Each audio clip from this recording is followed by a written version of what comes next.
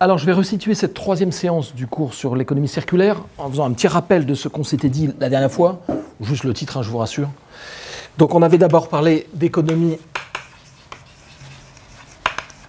linéaire, voilà, qui est l'économie dans laquelle nous nous trouvons principalement et dans laquelle la ville, que j'ai appelée les villes linéaires, s'inscrit. Nous avions parlé d'économie au pluriel circulaire en disant que sa définition n'était pas stabilisée, que des volets étaient, comment dirais-je, tentés de s'articuler pour en donner une définition claire, et un de nos objectifs, excusez-moi, de ce cours, c'est de tenter, d'une part, de préciser ce qu'est l'économie circulaire pour nous, en tant qu'architectes, et d'autre part, de voir si ça n'a pas une incidence importante sur l'architecture.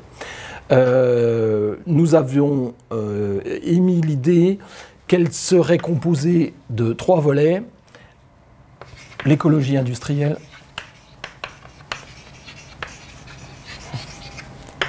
le recyclage et l'économie sociale et solidaire. Voilà. Fin de mon résumé en disant qu'aujourd'hui, nous allons parler d'écologie industrielle, le premier volet. Et l'objet de ce cours, c'est que nous allons émettre une hypothèse concernant cette écologie industrielle, hypothèse qui nous permettra, vous allez le voir par la suite, de nous articuler avec les deux autres volets, qui eux-mêmes comporteront une hypothèse qui permettra de parler de manière un peu cohérente de tout ça. Alors, écologie industrielle. Qu'est-ce que l'écologie industrielle ? Là aussi, je pense qu'une partie de notre cours est de préciser ce dont nous parlons, dont je n'en donne pas de définition, simplement à l'évocation de cet oxymore d'écologie et d'industrie, on sent bien que la question se trouve dans la juxtaposition de ces deux termes qui peut sembler un petit peu étrange. Alors, partons de ce qu'on connaît déjà, notamment la symbiose. Alors, la symbiose dans le monde naturel, c'est le constat que, évidemment, toutes les entités vivantes fonctionnent de concert, mais on peut identifier un certain nombre de séquences entre ces entités qui se servent mutuellement. On parle souvent du champignon et au pied de l'arbre, on parle aussi de l'anémone et du poisson clown. On parle aussi des petits oiseaux, je ne sais pas comment ils s'appellent, qui vivent sur le dos des grands pachydermes africains. Voilà, le principe, c'est que deux entités vivantes cohabitent pour leur intérêt commun. Ça, c'est la symbiose naturelle. Les deux auteurs dont je vous avais déjà parlé, Vincent Orez et Laurent Georgeot, ont repris l'idée qui a été bien exposée par Søren Erkman de symbiose industrielle. Alors la symbiose industrielle, ça part du même principe, c'est-à-dire que deux processus industriels pourraient, à certaines conditions, j'allais dire s'épauler dans leur tâche de production.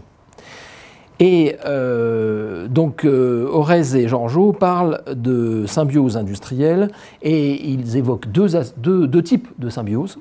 Une synergie, donc synergie-symbiose, à peu près la même chose, synergie de mutualisation. La mutualisation, c'est deux industries qui vont profiter de la même infrastructure pour copartager comme une copropriété voilà, d'appartements qui sont situés dans le même bâtiment. Mais là, ce sont deux processus industriels qui cohabitent ensemble et qui partagent une infrastructure.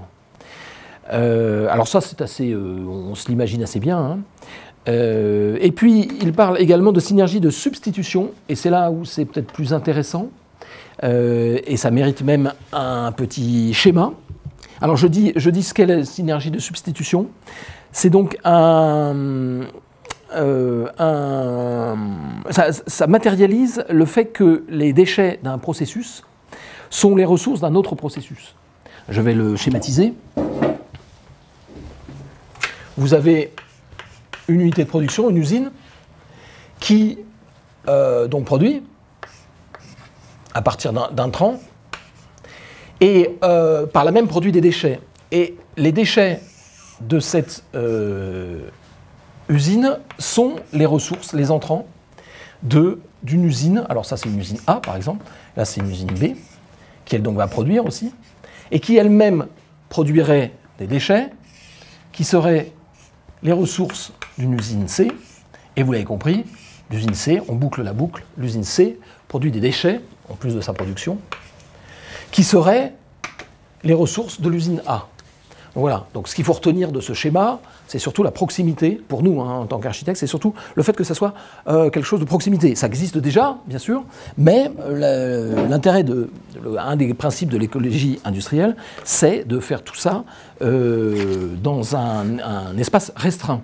Pourquoi ? Évidemment, pour minimiser les infrastructures et les coûts de transport, notamment. Et aussi le coût de traitement des déchets, bon, on le verra par la suite. Alors, je vous parlais de Søren Orkman, et je vous avais dit qu'il avait étudié l'urbanisme et l'organisation industrielle d'un petit port au Danemark, je le redis, de Kalundborg.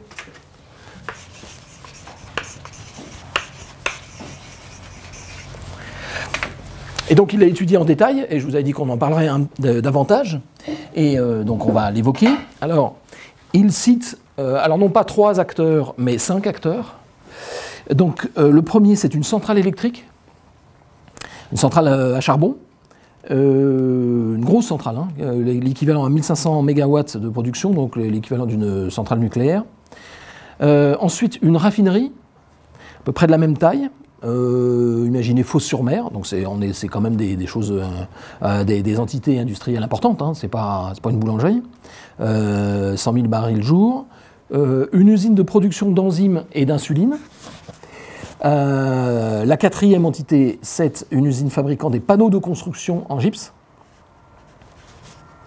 Et la dernière, et qui va nous intéresser tout particulièrement, un système de chauffage urbain. Kalundborg, c'est 50 000 habitants. Voilà, donc tout ça, on est dans des tailles qu'on retrouve fréquemment, en tout cas en Europe, comme dans le territoire. Alors il faut savoir aussi que, donc, je l'ai dit, c'est un port, et donc on verra, nous, on pourra peut-être rajouter dans cette étude aussi d'autres entités dans notre propos, pour enrichir encore ce paysage décrit par Søren Orkman du port de Kalundborg.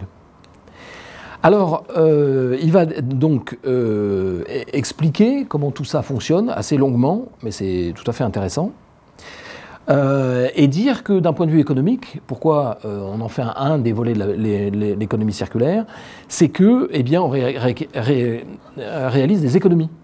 C'est-à-dire chaque entité va réaliser des économies en ayant à proximité, donc en évitant des coûts de transport importants, des matières premières, en ayant une partie de ces déchets qui est directement réemployée et donc qui ne sont pas forcément traités ou stockés. Voilà, donc l'intérêt est évident. Pour nous qui nous intéressons à l'écologie, l'intérêt est encore plus grand dans la mesure où tout ce système-là présente un bilan carbone qui est forcément plus intéressant que si ces unités étaient éloignées de plusieurs milliers de kilomètres. Alors, Søren Orkman insiste aussi, et il a raison je pense, sur les fragilités d'un système comme celui-là. Nous allons nous y pencher parce que comme nous avons la prétention de regarder ce modèle pour nous en servir, il faut le faire de manière tout à fait consciente. Alors, première fragilité, c'est la rigidité du système. C'est-à-dire que pour le moment, ces acteurs sont bien déterminés, ils sont supposés être absolument stables, et donc dans l'économie dans laquelle nous sommes, qui est une économie parfois très fluctuante, en fonction des marchés, et évidemment de considérations qui seraient trop longues à évoquer, mais enfin qu'on comprend assez facilement, c'est un système qui est quand même relativement rigide, notamment parce qu'il impose une certaine nature d'acteurs industriels. J'ai besoin de ce type de déchets et pas d'un autre type de déchets. Bon, n'importe quelle entité industrielle ne peut pas se greffer comme ça d'emblée sur une organisation de ce type si elle n'en présente pas des caractéristiques de complémentarité. Deuxième problème, c'est l'infrastructure de ce système. C'est-à-dire que c'est une infrastructure qui est certes mutualisée entre les 5 acteurs, mais qui n'appartient qu'à ces 5 acteurs. Donc il faut quand même payer, là dans ce cas-là, les quelques centaines de mètres ou kilomètres d'infrastructures pour permettre tout simplement ces échanges. Il y a aussi la fiabilité des approvisionnements. Supposons qu'une de ces entités dans une économie libérale ait une baisse de régime, ou au contraire ait besoin d'augmenter la production, eh bien vous êtes quand même relativement tributaire en volume des 4 autres partenaires. Enfin, il évoque la question, la 4e fragilité, la question de la sécurité. Parce que quand on parle de déchets réutilisés, immédiatement vient la question de la sécurité. Notamment, il dit, il y a eu à un moment un souci, il y a eu une contamination accidentelle du gypse par du vanadium, qui est un polluant qui avait été fourni par l'usine, par la centrale électrique. Voilà. Donc, ça réclame quand même un contrôle assez soutenu pour que le système soit viable. Alors, il faut aussi des conditions pour que ça fonctionne. Il faut donc, je l'ai dit, un périmètre suffisamment restreint, sinon ça n'a plus beaucoup de sens. Il faut que, comme je l'ai dit, ces processus industriels aient par nature une complémentarité entre eux, bien entendu, comme le poisson clown avec l'anémone. Ça ne se fait pas avec n'importe quel poisson ou n'importe quel type de coraux. Donc j'allais dire, nous on parlerait plutôt de différence de potentiel entre entités. C'est-à-dire, il faut qu'il y ait deux acteurs absolument semblables, évidemment ne peuvent pas, sur un schéma comme ça, n'a pas de raison d'être de fonctionner de cette manière-là. Il faut, si on parle d'urbanisme, il faut aussi il faut que ces acteurs soient suffisamment nombreux. Il faut une certaine redondance. Notamment, si l'un de ces acteurs vient à ne plus exister, il faut qu'il puisse être remplacé. Donc il faut une certaine redondance d'acteurs si on veut commencer à parler, à réfléchir à l'application d'un principe d'écologie industrielle à l'urbanisme. Il faut aussi des tailles qui soient compatibles et critiques. C'est-à-dire que si on a le même type d'organisation et puis au lieu d'avoir, je sais pas moi, par exemple une usine qui fabrique des panneaux de gypse et puis qui fabrique quasiment artisanalement, ça n'a plus beaucoup de sens.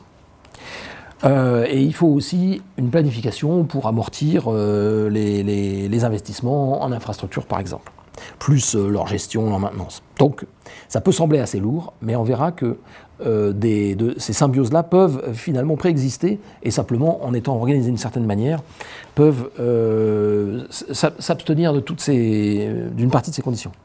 Alors, en termes de, je crois pouvoir dire scientifique, d'après ce que j'en ai lu, vous devez savoir que les entrants, donc qui ne sont pas réutilisés dans le cycle, mais qui entrent quand même dans le cycle, par exemple l'énergie, sont appelés des additions nettes au stock. Voilà, on en parlera parfois. Alors nous, ça va nous intéresser en architecture, parce qu'on réutilisera, dans ces schémas-là, on réutilisera cette notion-là pour bien savoir de quoi on parle. Est-ce que ça vient de l'extérieur de cette organisation, ou au contraire, est-ce que ça reste à l'intérieur? Alors notamment, pourquoi on parle d'addition nette au stock? Parce que, évidemment, ce schéma-là ne peut pas tourner sans un apport extérieur. Sinon, au bout d'un moment, le mouvement perpétuel n'existant pas, au bout d'un moment, ça cesse de fonctionner. Ce qui veut dire que si on parle d'extérieur, on va parler d'un ailleurs géographique. Et ça, pour nous, en tant qu'architecte, c'est important parce que la question, c'est, finalement, une fois qu'on a parlé de ça, qu'est-ce que cet ailleurs géographique? C'est-à-dire, pour une ville, qu'est-ce que va être l'arrière-pays? Qu'est-ce que vont être les autres villes? Qu'est-ce que vont être les autres régions? Et comment un système comme ça peut fonctionner, dans quel milieu finalement il fonctionnerait, milieu urbain ou territorial. Ce que vous pouvez par exemple garder comme image d'addition nette au stock, c'est le compost. Vous savez, quand vous jardinez ou quand vous cuisinez, vous récupérez de la matière organique de votre cuisine ou du jardin, des feuilles, des branchages, et vous en faites un compost, et ce compost, vous le réutilisez, vous le réinjectez comme une addition nette au stock dans votre circuit si vous produisez des légumes, dans votre circuit de production de légumes. L'intérêt d'une figure comme ça aussi pour un architecte, c'est de mieux visualiser ce qu'est un certain nombre de faits dont on entend régulièrement parler. Par exemple, la pollution. On peut dire que, on l'a un peu évoqué tout à l'heure, on peut dire que si tout d'un coup, on a des sortants ici qui ne sont pas bouclés, on peut parler de pollution. Et on parlera, c'est là où je parlais d'ailleurs, si ces sortants-là, accidentels, sortent de l'ailleurs de ce cycle-là, eh bien, on appellera ça une pollution. Donc c'est en fait une boucle. Une pollution, ça devient une boucle ouverte. Et pourquoi c'est une pollution? Eh bien, parce qu'elle se répand dans la biosphère, ou en tout cas dans cet ailleurs dont nous parlons. Donc parler de ça consiste à parler de ça et de parler de son complémentaire, qui est cet ailleurs. On réévoquera cette question par la suite, parce qu'elle est riche pour nous d'enseignements. Voilà, quand on se répand dans l'environnement, eh bien, finalement, dans ce schéma-là, c'est une boucle ouverte sur la biosphère. On peut imaginer aussi, pour nous, en tant qu'urbanistes, que ces échanges-là, puisqu'on n'est pas obligé de se restreindre à l'idée de l'industrie, marchent dans les deux sens. Voilà. Tant qu'on échange en circuit clos et restreint, on est bien dans une écologie industrielle. Ce qui n'est pas le cas. Dans le cas de Kalundborg, il est clair que les échanges ne se font pas forcément dans les deux sens. L'usine de gypse n'a pas nécessairement besoin je sais pas, de ce que pourrait produire l'usine d'insuline, par exemple.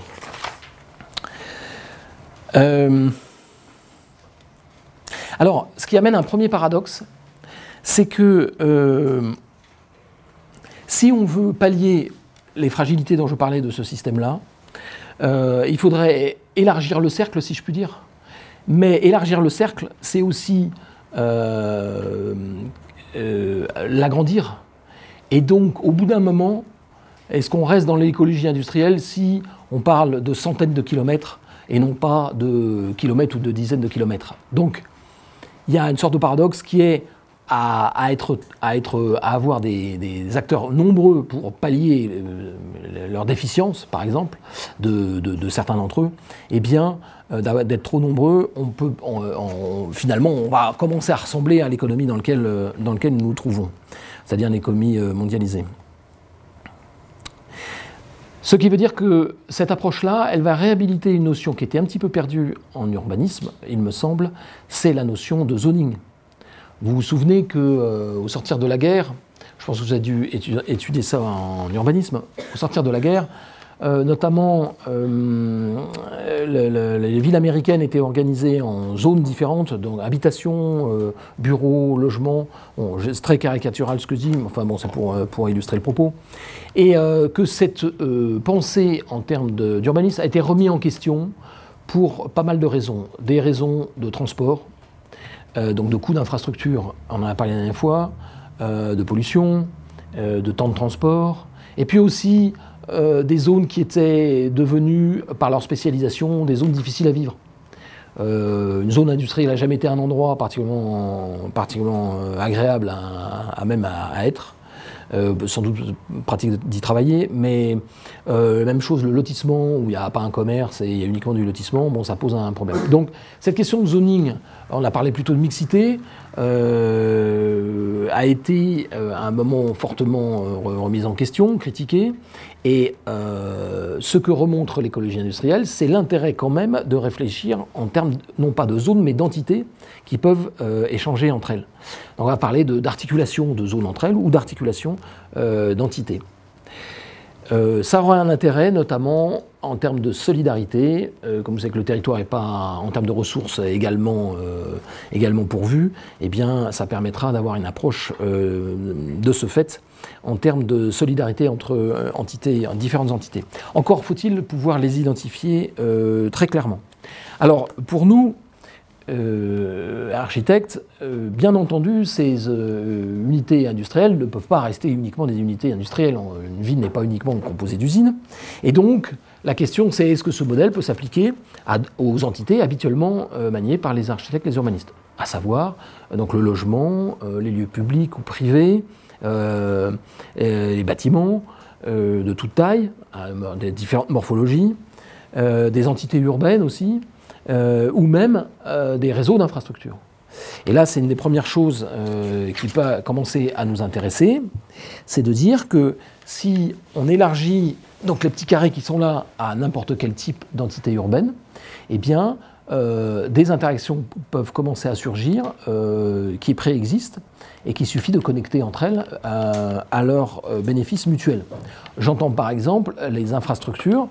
Certaines villes commencent à réfléchir à connecter entre elles leurs infrastructures en les échangeant.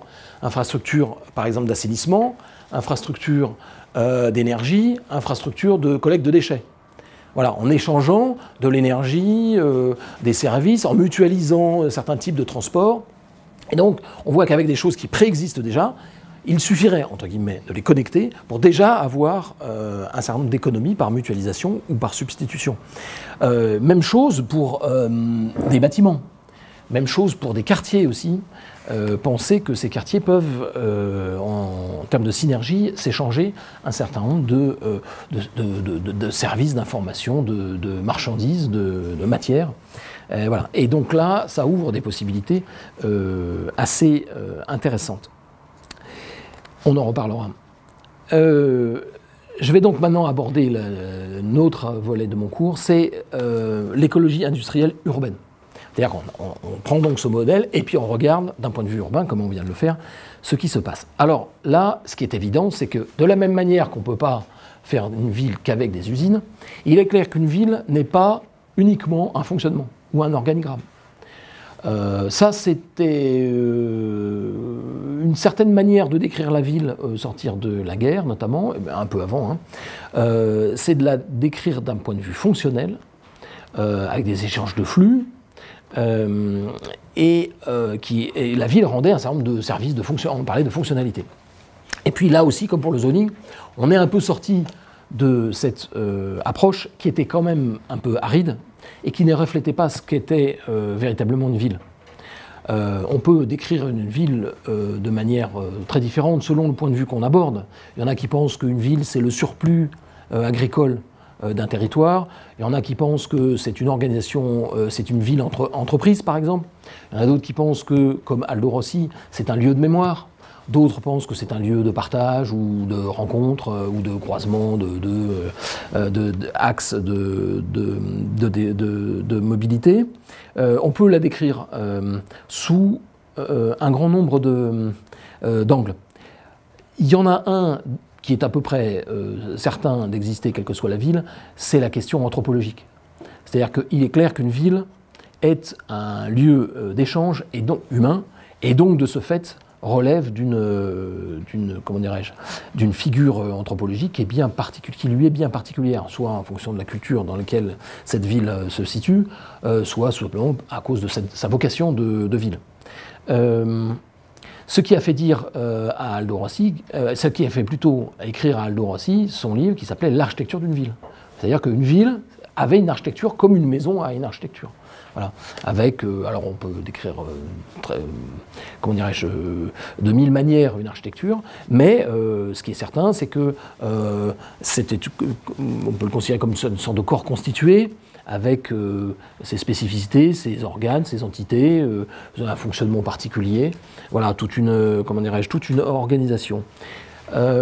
Cette question anthropologique amène à complexifier, non pas forcément les opérateurs comme je viens de le faire, en y incluant par exemple les infrastructures, mais les échanges. Ces échanges peuvent être de nature très très différente. On peut parler d'échanges en termes on l'avait dit pour les infrastructures, de sécurité, d'abondance, de socialisation, d'échanges économiques bien sûr, de mobilité, d'hygiène. Voilà, des échanges extrêmement contrastés qui font la couleur de la ville. Ça veut dire que si on parle d'écologie industrielle urbaine, on parle de ce type d'organisation. On peut parler de ce type d'organisation, mais il faut qu'on en parle dans ce qu'une ville est réellement. C'est pour ça que assez rapidement, je pense que pour en parler, il faut s'intéresser à des cas particuliers, parce que sinon on parle un peu trop de manière un peu trop générale, comme je le fais là maintenant, et que finalement on s'égare un petit peu si on ne sait pas très bien, si on ne peut pas donner des exemples un peu concrets. Donc nous allons plutôt parler, non pas d'échange, mais d'interaction, qui me semble être un terme plus adéquat. Et on voit là que maintenant, avec cette figure-là et ce vocabulaire, d'immenses possibilités s'offrent à nous de réfléchir sur un peu différemment de la façon de voir une ville, un territoire, une organisation. Je vais donc de prendre un exemple à ce sujet. Cet exemple, je vais faire un croquis. Je peux effacer là, je pense.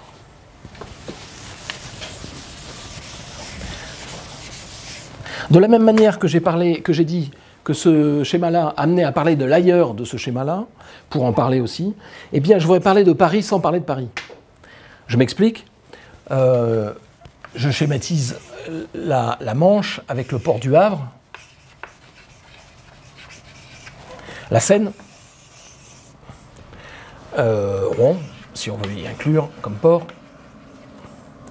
Et puis ici, une zone très en amont de la Seine, que sont les grands réservoirs de la Seine qui ont été construits, disons grosso modo au XXe siècle, pour éviter les inondations de la Seine.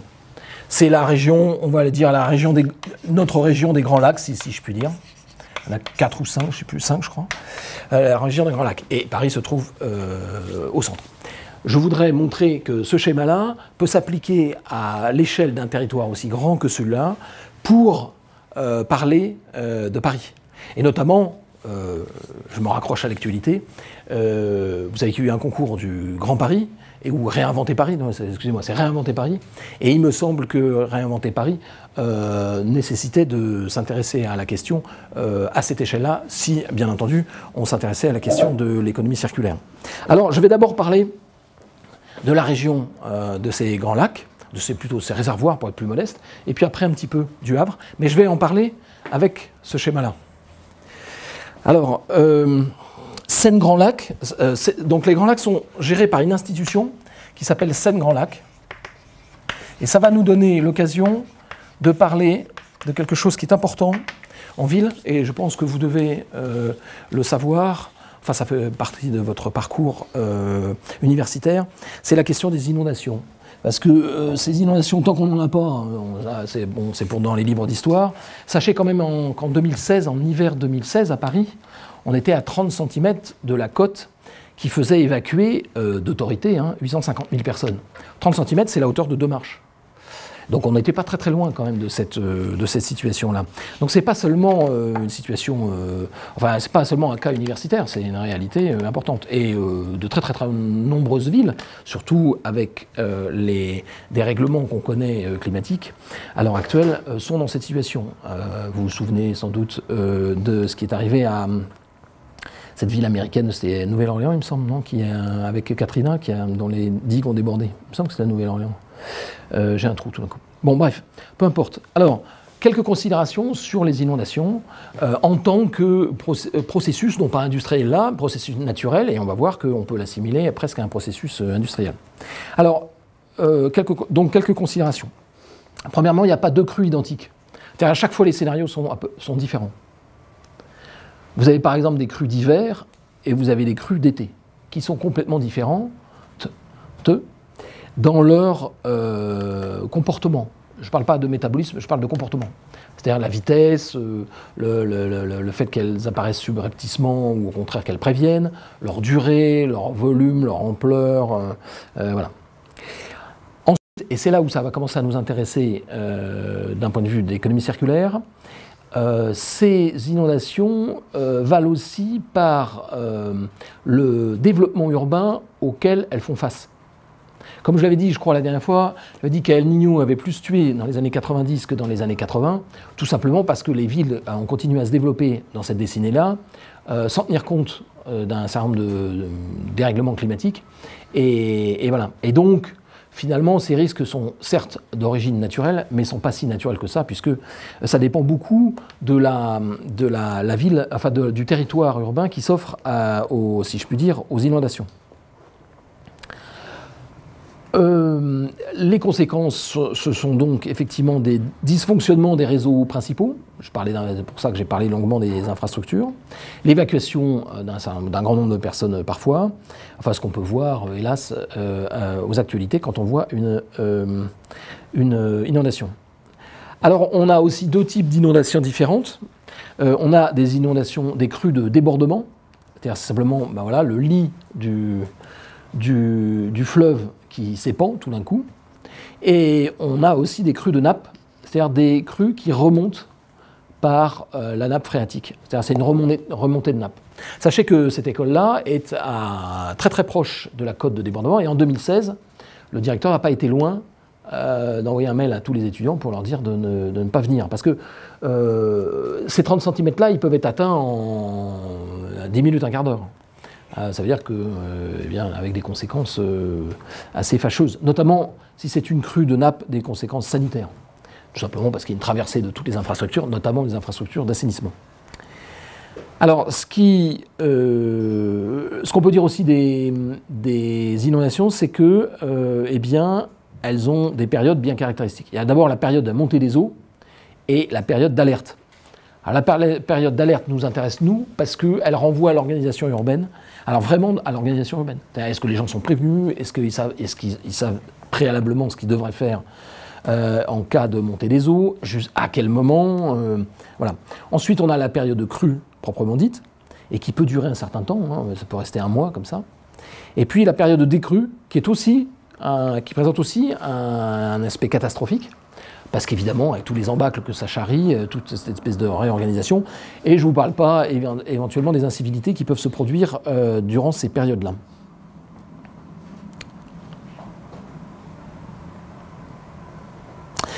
Ça renvoie au cours que je pense que vous avez regardé avant cette séance-là, le cours sur les valeurs, donc dans mon cours d'écologie, sur ce qui fait la valeur aussi d'une organisation urbaine. C'est pas seulement la beauté de ses bâtiments, la richesse de ses habitants, c'est un certain nombre d'informations que la population peut avoir. On parle souvent de la Suisse par rapport à des problèmes de troubles, ou du Japon avec l'information qui est donnée aux habitants au moment des tremblements de terre.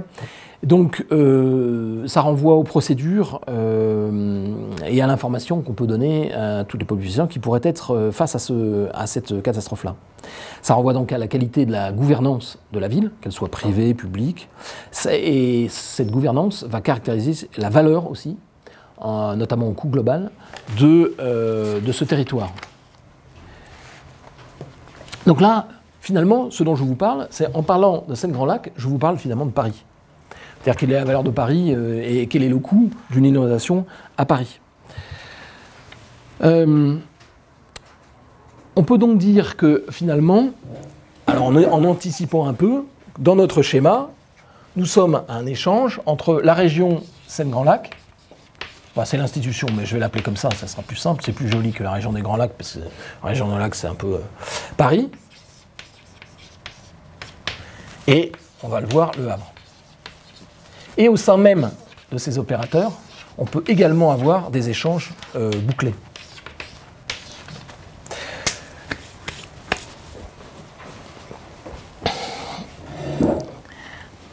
Alors, ce qui est intéressant de retenir dans cette question des inondations, c'est que ça commence à rapprocher des questions industrielles, des questions de métabolisme territoriaux que vous abordez, je pense, dans vos projets, mais là de manière qui commence à être plus symbiotique, on va le voir comment. Et c'est pour ça que je me suis permis de vous parler, de parler de ces questions d'inondation, parce que c'est un fait vivant, une inondation, mais qui est confronté à un territoire qui lui est anthropomorphe, c'est-à-dire bâti par l'homme. Alors si maintenant je parle du port du Havre, donc de l'autre côté, donc j'ai parlé de l'amont, maintenant on va parler de l'aval. Alors le port du Havre est principalement, si j'en fais un schéma, je vais en faire un schéma grossier, excusez-moi, est principalement construit comme ceci, un estuaire, une gigantesque zone Natura 2000, donc c'est une zone protégée, notamment pour des raisons de migration et nidification, la ville du Havre, le port du Havre, et j'allais dire la région du Havre, notamment industrielle, et puis la Manche. Alors, dans une approche, j'allais dire classique, linéaire, le problème du Havre, c'est que tout développement industriel ou économique du port se fait au détriment des entités naturelles, zone Natura 2000 ou l'eau, et donc une très forte opposition des écologistes notamment, ou tout simplement des gens soucieux de la qualité, du biotope, et inversement, toute sanctuarisation de la zone Natura 2000 empêche, entre guillemets, le port du Havre de se mettre à l'échelle des grands ports contre lesquels, de la concurrence, notamment les grands ports asiatiques ou même européens. Je parlais l'autre jour de Rotterdam, par exemple. Et donc on a cette confrontation constante entre ces deux entités, une entité anthropomorphe et une entité naturelle. Un contraste très fort. Et l'eau est là finalement comme le témoin de cette témoin et victime de cette confrontation. Or, si on fait une petite analyse de ce que je viens de dire là, de ces deux entités, voire de ces trois entités, c'est-à-dire le port industriel, la ville du Havre, la zone Natura 2000, si on regarde en termes d'échange, si on commence à regarder en termes d'échange, on commence à se mettre dans une perspective assez différente. Notamment, et c'est là notre principale hypothèse, c'est de considérer que l'eau, par exemple, l'eau, mais ça pourrait être la zone, mais disons l'eau, la zone Natura 2000, l'eau, est un de ces opérateurs avec lequel il va échanger, non seulement avec le port, mais avec la zone Natura 2000. Alors, je vous disais, c'est une évidence, mais cette évidence, elle est formulée différemment. C'est une évidence que l'eau, que le port n'existe que parce qu'il y a de l'eau, parce qu'il y a la Manche, parce qu'il y a l'océan, parce qu'il y a le reste du monde, cet ailleurs dont je parlais, et puis il y a l'eau physiquement, le long des quais, voilà. Et cette eau, elle rend un certain nombre de services, raison pour lesquelles les ports existent, de déchargement, par exemple, de marchandises, d'achalandisation de la ville, mais pas seulement de la ville, de Paris aussi. Voilà. Et donc l'eau est un opérateur clairement de la ville. Mais c'est aussi évidemment dans la zone Natura 2000, qui est une zone principalement marécageuse, une entité qui concerne et qui échange avec la zone Natura 2000. Et donc cette eau-là, elle devient, dans notre schéma, on peut lui donner une sorte d'appellation en quelque sorte, c'est une séquence, parce que, je vais dire pourquoi une séquence, de la biosphère.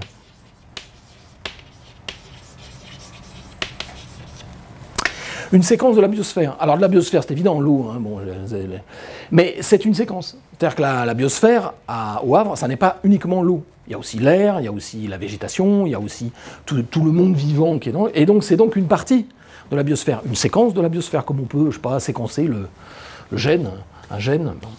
Bref. Ça veut dire que, finalement, pour sortir de cette limite, de cette limite, j'allais dire, écologique, de cette organisation industrielle, plutôt que de dire que cette organisation industrielle, comment dirais-je, fonctionne dans l'environnement, on va dire que ces boucles-là peuvent intégrer une séquence de la biosphère. C'est-à-dire qu'une séquence de la biosphère peut être un des opérateurs de l'économie circulaire. Alors ce que ça veut dire très concrètement, ça veut dire la chose suivante, c'est que ce schéma-là, il évolue dans l'espace, mais il n'évolue pas dans l'environnement.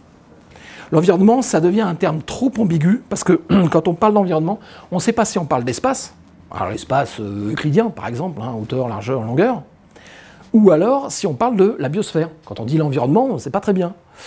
Là, on va clarifier les termes. Espace pour un architecte, et là, c'est là où on peut raccorder ça plus, comment dirais-je, fondamentalement avec l'architecture, on parle bien d'espace. Ces opérateurs échangent dans l'espace. Là, il s'agit bien d'un espace, la zone Natura 2000. Et c'est un espace qui est restreint à l'échelle du territoire. Ça, c'est beaucoup plus restreint que la région qui est concernée par le port. Mais pas dans l'environnement. Et il évolue avec une séquence de la biosphère. Ça veut dire, le vocabulaire est le suivant. L'espace, c'est cette dimension géométrique que vous connaissez tous. L'environnement, on oublie. La nature, on va oublier aussi. Pourquoi? Alors, je ne fais pas un cours là-dessus, je vous renverrai ça au cours sur le biodynamisme, parce que la nature, il vaut mieux, avec un grand N, dire que c'est une figure anthropologique. Voilà.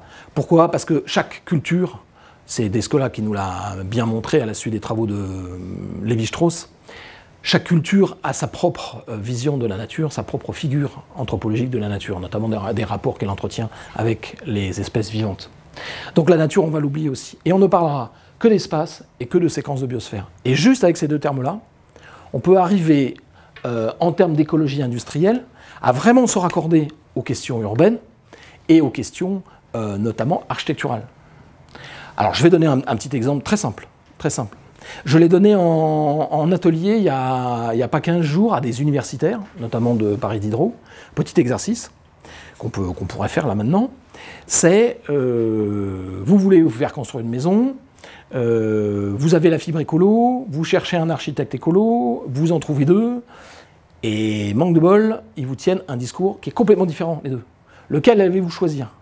Alors l'OTD, il y avait un premier architecte qui était un architecte high-tech, donc il pensait que la technologie pouvait résoudre un grand nombre de problèmes, notamment les problèmes écologiques qui nous sont posés, et donc proposait des solutions comment dirais-je, de maisons hyper connectées, de maisons très high-tech, avec une très haute technologie qui pouvait évoluer en permanence, un peu comme la station orbitale internationale. Et puis l'autre architecte était plutôt, de manière un peu caricaturale, mais le symétrique est pas mal entre high-tech et low-tech, hein. L'autre architecte c'est low-tech, et économie linéaire et économie circulaire, parce que c'est pas l'exact symétrie. Low-tech, et qui lui disait non, pas d'hyperconnexion mais plutôt l'autonomie, pas de haute technologie parce qu'elles ne sont pas assez éprouvées, on n'a pas de retour, on a fait des bêtises, il ne faut pas recommencer. Vous voyez, c'était deux approches complètement différentes. La question c'est lequel architecte allez-vous choisir? Bon.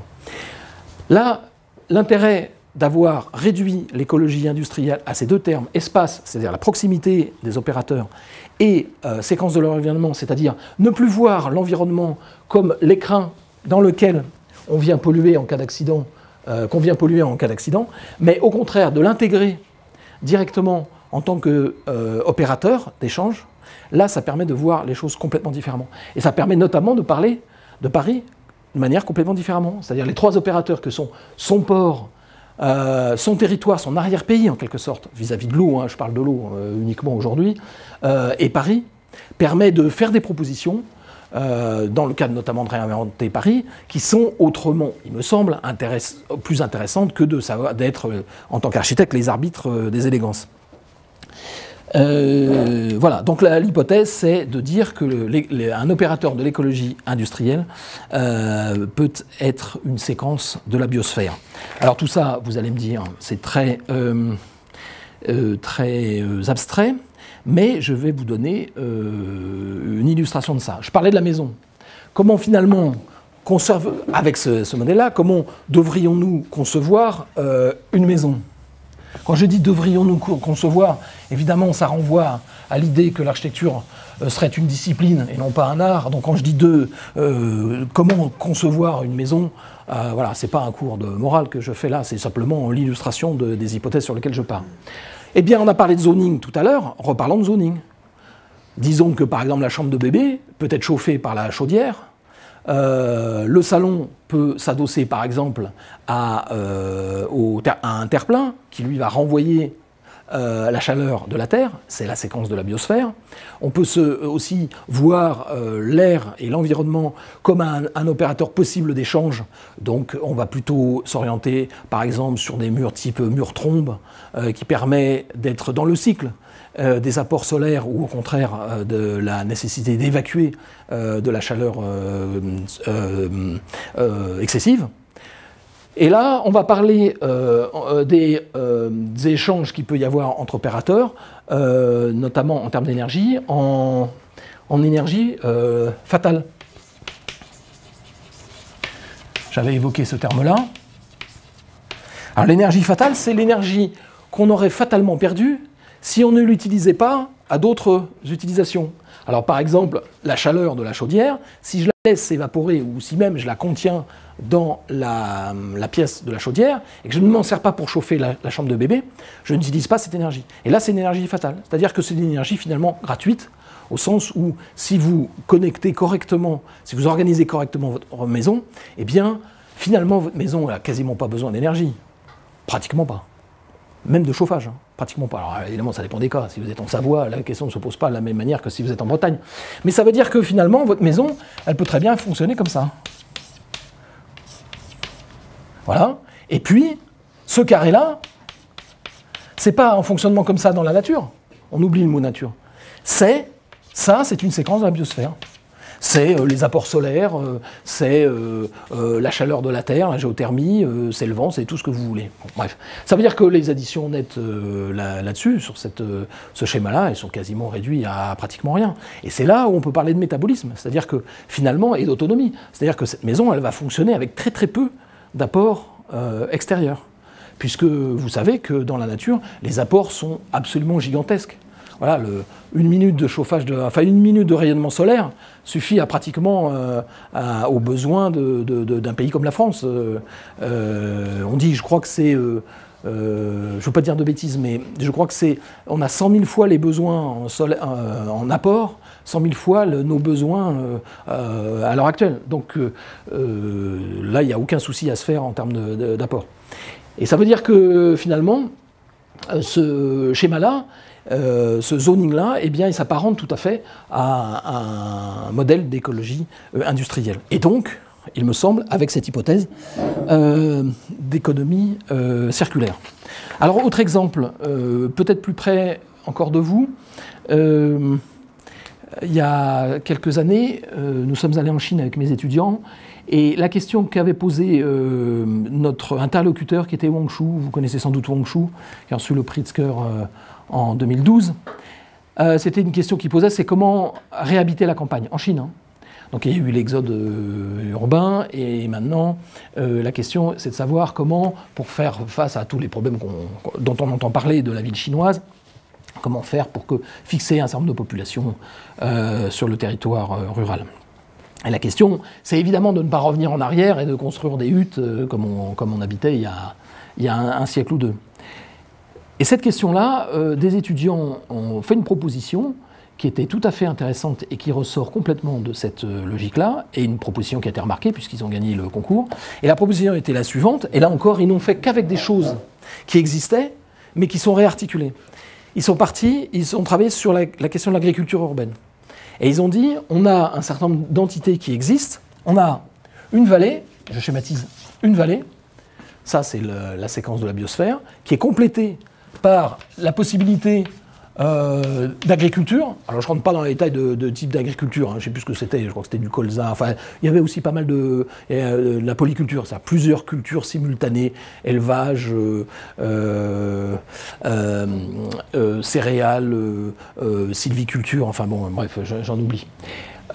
Et leur boulot c'était juste de dire, eh bien on va créer un opérateur ici, qui va se trouver entre deux séquences de la biosphère, ou entre une séquence de la biosphère, donc la vallée avec son agriculture, et puis par exemple ici du tourisme,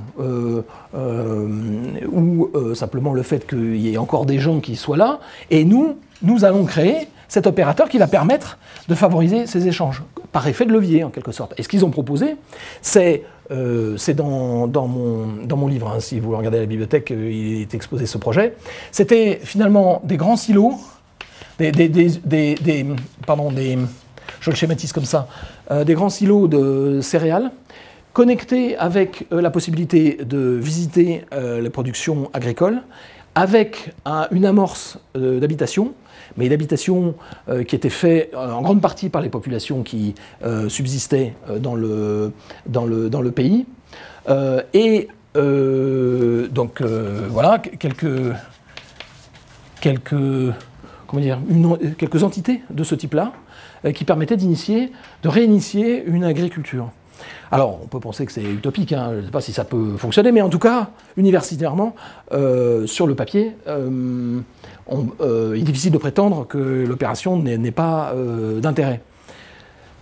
Et même, j'allais dire artistiquement, parce que souvent, tout ce que je viens de vous dire, on a le sentiment qu'on est à des années-lumière de ce qui intéresse comme beaucoup les architectes, c'est la dimension artistique de ce qu'ils peuvent produire. Et quand vous regardez les photomontages qu'ils ont réalisés, notamment de cette vallée, à partir de ces entités-là, qui étaient assez spectaculaires, enfin bon, c'était pas l'objet, hein, eh bien on se rapprochait finalement d'une certaine tradition picturale de la peinture chinoise, qui met en œuvre, qui met en œuvre un paysage, la présence humaine sur ces paysages, l'air, l'eau, les nuages.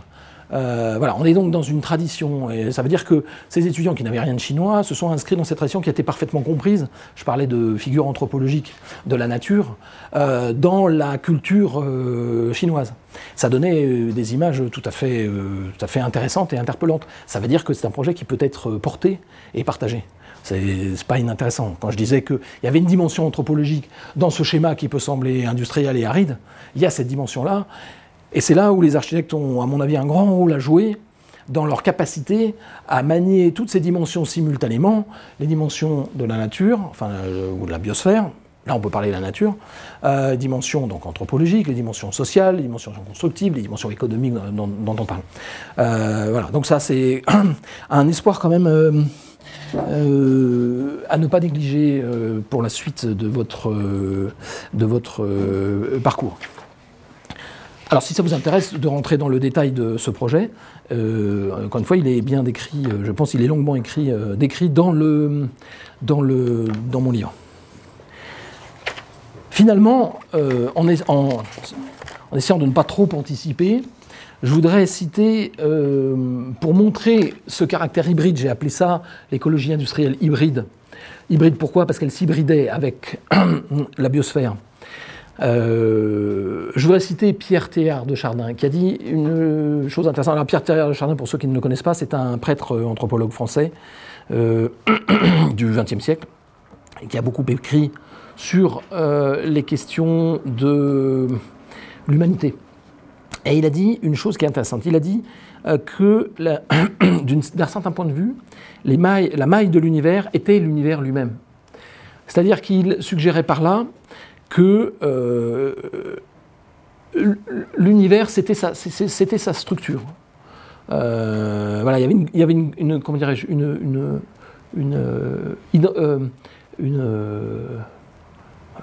comment je pourrais dire ça, une identification totale et complète entre l'univers et sa structure.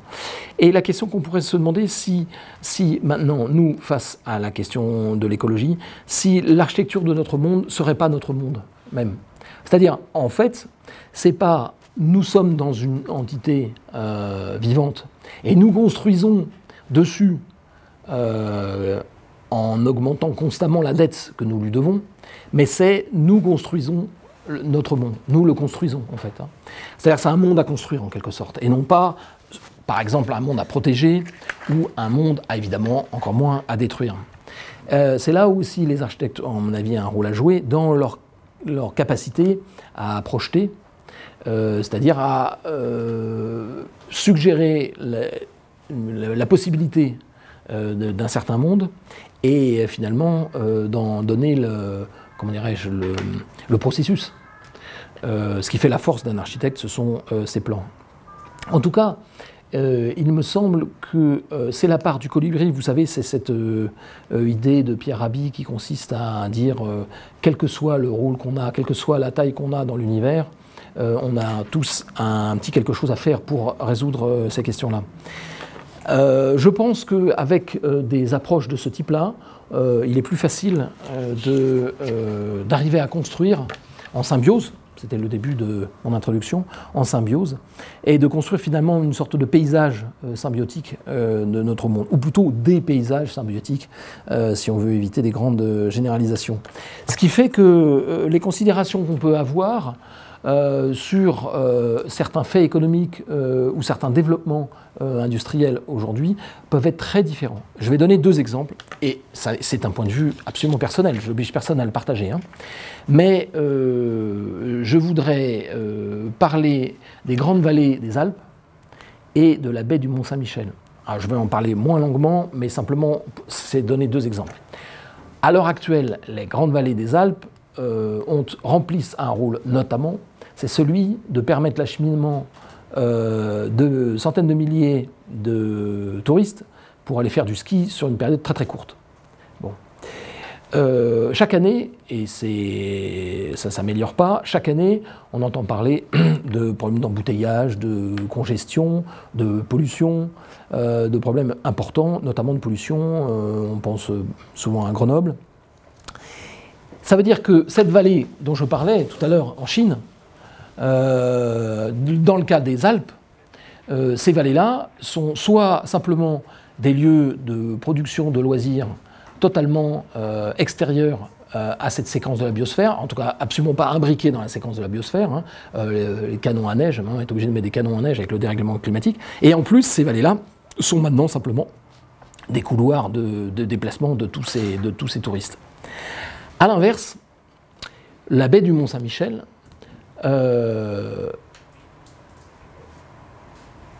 s'inscrit, il me semble, dans une perspective d'économie circulaire beaucoup plus intéressante. Bien sûr le monument, qui sert d'attracteur, mais aussi une baie avec, alors là pour le coup parler de séquence de biosphère c'est faire une insulte au fonctionnement métabolique de la baie du Mont-Saint-Michel, tellement elle est complexe et riche. Une économie donc liée à la baie, une microéconomie notamment en termes d'agriculture, mais aussi une région relativement dynamique de cette partie de la Normandie, à telle enseigne que j'ai appris qu'il existait une association des baies dans le monde entier, donc les gens qui sont les acteurs de ces endroits-là se réunissent pour échanger tout ce qui pourrait leur être utile dans leur gestion et leur vision de leur territoire, leur paysage. Bref, dans mon livre, j'ai longuement décrit et le Mont-Saint-Michel et la baie du Mont-Saint-Michel comme ces opérateurs-là. Et nous verrons au cours prochain de recyclage que ça pose des questions tout à fait intéressantes. En tout cas, l'économie circulaire pose des questions tout à fait intéressantes en termes de patrimoine. Voilà, donc j'oppose ces 2 exemples, comme les vallées des Alpes, comme l'archétype et l'impasse d'une économie linéaire, alors que la baie du Mont-Saint-Michel est, pour moi, l'illustration de ce que pourrait être un développement contemporain d'un territoire.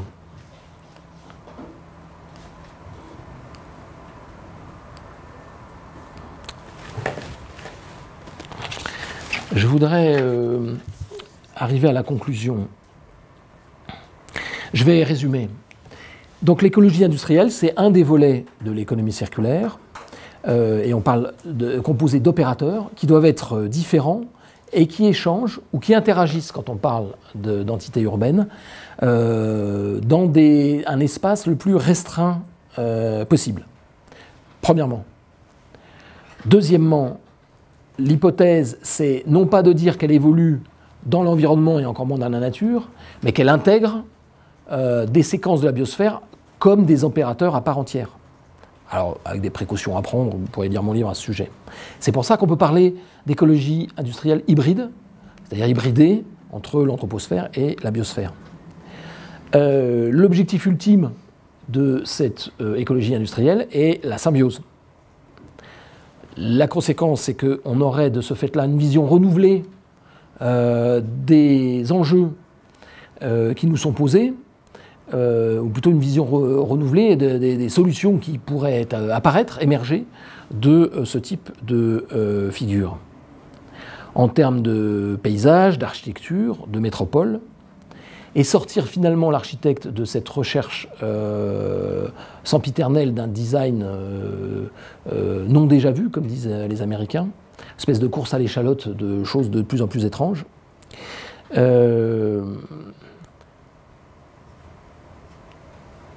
Voilà, sachant que cette recherche de design finalement n'apporte aucune solution, apporte une curiosité très soudaine, subreptice, mais finalement ne résout rien. Il faut savoir aussi que l'écologie industrielle, donc je l'ai dit, sa dimension, c'est principalement l'espace. Nous verrons que au cours prochain, le recyclage, la dimension sera principalement le temps. Donc nous commençons à construire là, nous avons parlé d'espace aujourd'hui, nous commençons à construire un espace-temps qui se précisera au fur et à mesure de nos séances. Alors, ces espaces de l'économie circulaire peuvent prendre des formes tout à fait différentes. Et là aussi, on a besoin d'un petit peu de vocabulaire. Alors, forme, par exemple, j'ai expliqué au cours du cours sur les infrastructures que l'espace des infrastructures était essentiellement fractal, vous vous souvenez, à dimension à décimale, parce qu'on avait à faire des réseaux, et en même temps des réseaux qui devaient s'épandre, ou se répandre, ou se condenser. Donc, ces infrastructures avaient un espace, disons, principalement fractal. Pour la métropole, là, classiquement, on va parler d'espace urbain. Donc là, vous pouvez vous raccrocher à toutes les notions que vous connaissez bien. Pour l'espace vivant de la biosphère, notamment les séquences, je pense qu'il vaut mieux parler de matrice. Matrice au sens, alors presque littéral du terme. On parle de la matrice mère qui accueille la vie. Voilà, matrice, on verra aussi que c'est un outil mathématique qui nous permet de modéliser plus facilement cet espace vivant, avec d'une part hybride, d'une part une colonne vivant, d'autre part une colonne anthropomorphique.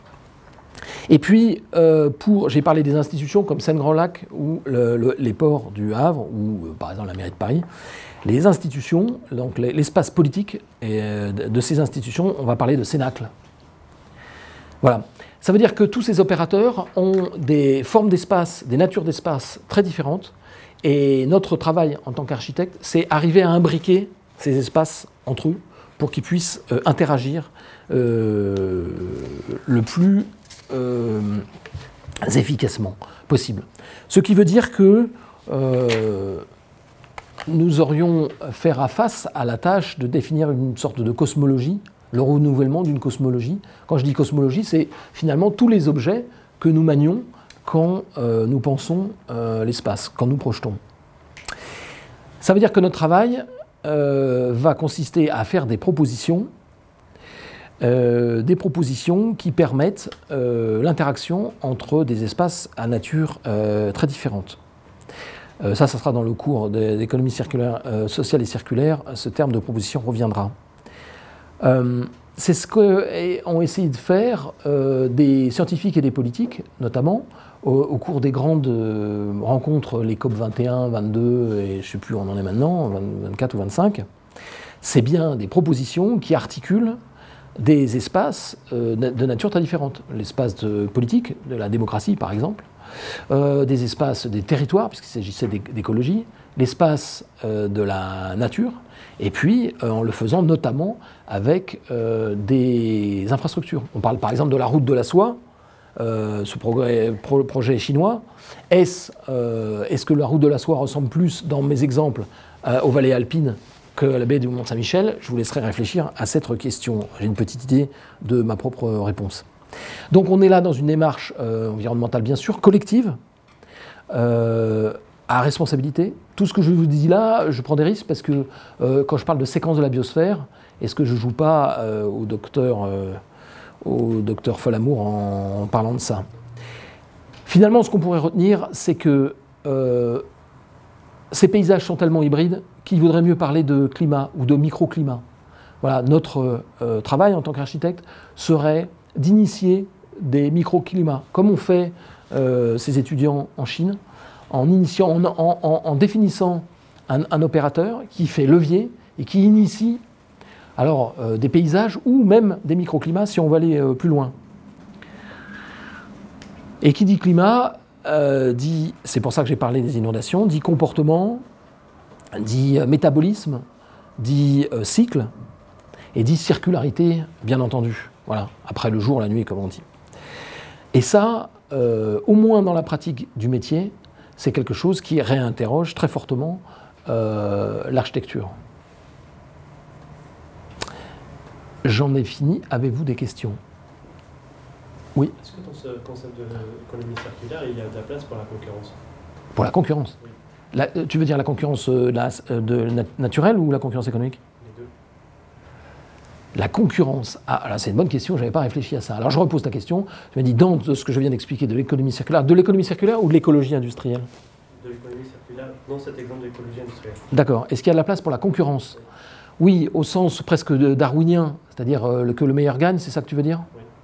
C'est drôle la question que tu me poses parce que je crois que c'est dans Junk Space de Rem Koolhaas, qui est un classique de la littérature architecturale, il cite à un moment, je crois que c'est la ville de Bangkok, et il dit Bangkok a 3 métros qui relient le centre-ville de l'aéroport, et il ajoute que le meilleur gagne. C'est-à-dire que là, on est vraiment dans l'ultra-concurrence, c'est-à-dire les deux autres. La question, c'est qu'est-ce qu'on va faire des deux autres? Est-ce qu'ils seront démantelés? Évidemment, il y aura eu de l'énergie et de la matière pour construire des infrastructures qui sont quand même extrêmement lourdes pour construire un métro, même de quelques kilomètres. Est-ce qu'il y a la concurrence? J'aurais tendance à dire spontanément, je ne me suis pas posé la question, je dirais non, a priori. Il y aurait plutôt au contraire concours que concurrence. Mais voilà, laisse-moi une semaine peut-être pour essayer de répondre à ta question, si je veux essayer d'y répondre correctement. Avez-vous d'autres questions? Merci.